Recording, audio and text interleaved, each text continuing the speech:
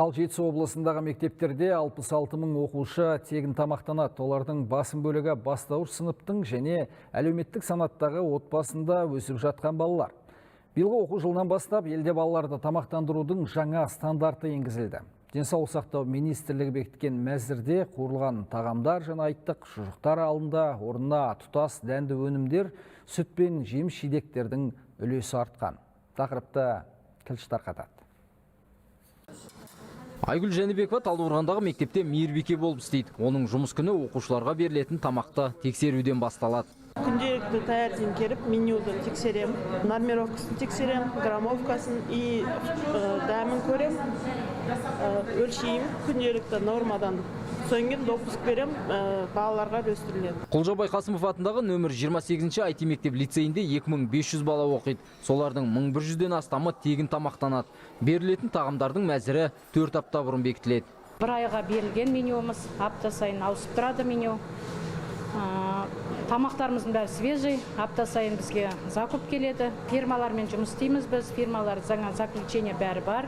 Апта сайын сол заключение фирмамен договормен жұмыс жасаймыз. Қыркүйек айынан бастап айына бір рет бракеражный комиссиямен біз жаңағы кіріп барлығын тазалығын тексереміз, ұсыныстарымызды айтамыз. Күнделікті тамақтың бәрін мен өзімде жүремін, және әлеуметтік педагогымыз бар, медигіміз бар. Барлығымыздың тарапымыздан тамақтың бәрі қадағаланып отырады. Облыста 314 мектеп бар. Оқушыларды ыстық тамақпен қамту үшін 180 мердігермен келісімшарт жасалған. Көрсетілетін қызмет сапасы мен ұсынылатын асқа қатысты ата-аналардың пікірі әр алуан. Мен балам вообще столовыйдың тамағын ішпейтін негізінде. Нан менен чайын істейтін шығар, атак білмейміз. Ішіне вообще кіріп көрген емес столовыйда. Қандай тамақ беріп жатыр, қандай тамақ жеді. Жақсы тамақтар жеп қайтады. Грешка жедім дейді, картошка жедім дейді, пюре жедім дейді. Не очень довольна, если честно. Балаларымның көңілінен шықпайды, онша ұнамайды. Балалардың айтқанын айтып отырмын. Ей нравится, то кушает иногда. Балалар ұнататын тағамы болса жейді. Сорпасы бар тамақтарды көңілі қаламаған соң ішпейді. Саладағы ашықтықты қамтамасыз етіп, сапаны жақсарту үшін облыстағы мектептерге арнайы бағдарлама кезең-кезеңмен енгізіліп жатыр. 2 жыл болды облысымызда әлеуметтік әмен жүйесі енгізілген.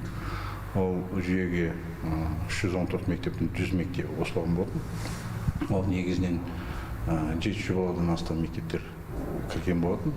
Соған байланысты ата-аналар баланың тамақтануының қандай мәзірі бар, қандай тамақ ішіп жатқанын бәрін бақылап отырады. Жетісу облысында 66 мың оқушыға ыстық тамақ тегін беріледі. Бұл мақсатқа 6 миллиард 900 миллион теңге бөлінген. Шыңғыс Қалиден, Қуаныш Түргенбаев, 24 KZ, Жетісу облысынан.